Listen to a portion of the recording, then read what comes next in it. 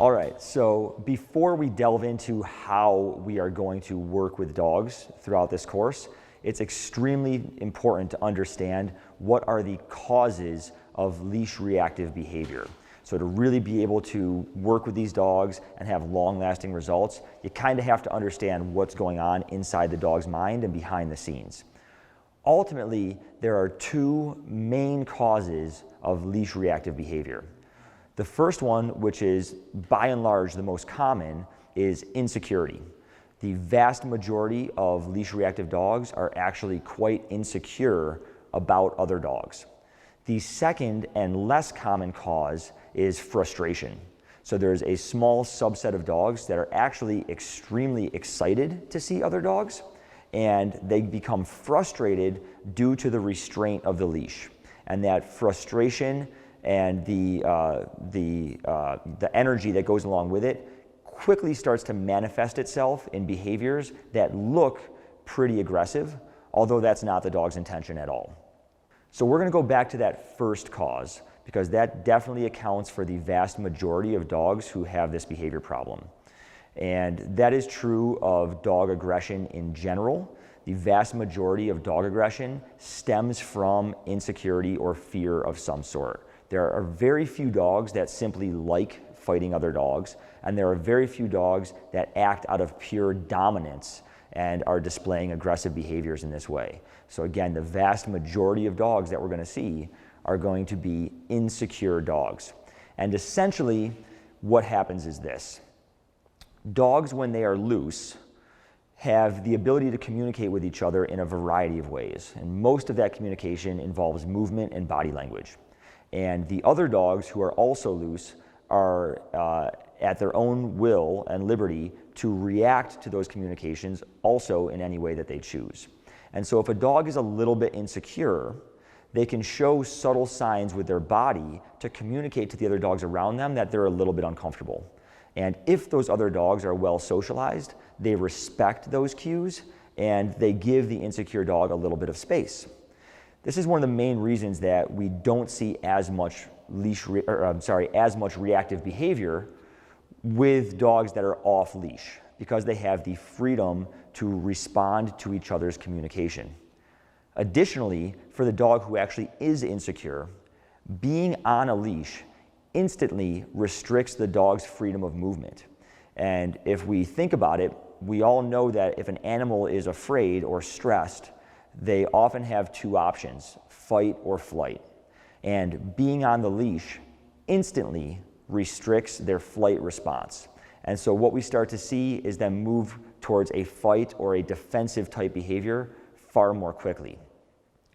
But I do want to talk for a moment about where this behavior begins, where it stems from, and why so many people struggle with it. And this is very much just a theory or a speculation that I have, but I'm going to break it down into sort of a storyline, right? So what I imagine happens is the average person gets a dog, and maybe that dog genetically has a bit of a propensity towards insecurity, or it could be due to lack of early socialization, or maybe even, it was bullied around a little bit when it was young. And so the unknowing dog owner is out walking their dog on a leash, and off in the distance, here comes another dog with its human, also on a leash. And most people, when they're walking their dog, aren't looking down and staring at their dog the whole time. They're looking forward and they're watching where they're going. And so what most likely happens is, as the oncoming dog approaches, the dog in question starts showing some signs of insecurity. And because the owner is not maybe educated on what to look for, or maybe just isn't even looking, as most of us wouldn't be, they don't notice those signs. And so we keep moving closer, and the other dog also keeps moving closer. And that other dog, maybe if it had its own choices to make, would be making a bubble around or walking away and not moving in a direct line towards this dog who's clearly showing signs of insecurity.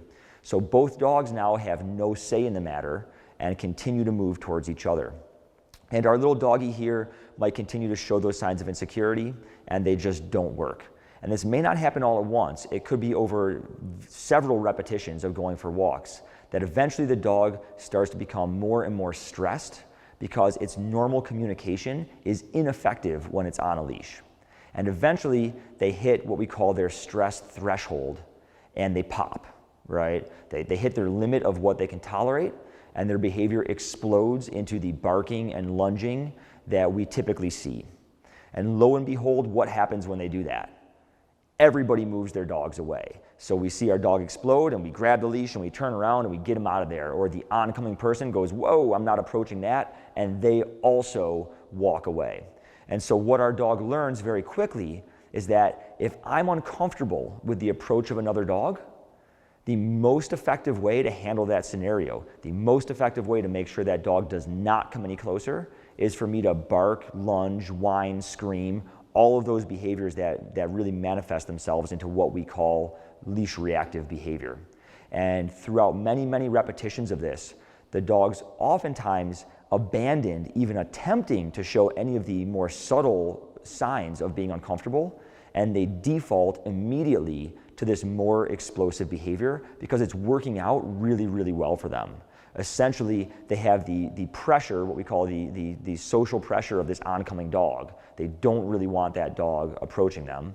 And the way to relieve that pressure and get more comfortable is through barking, lunging, and screaming. And the behavior becomes a highly reinforced behavior in that regard. And so the dog learns when I'm on leash, the only communication that works is for me to become highly reactive.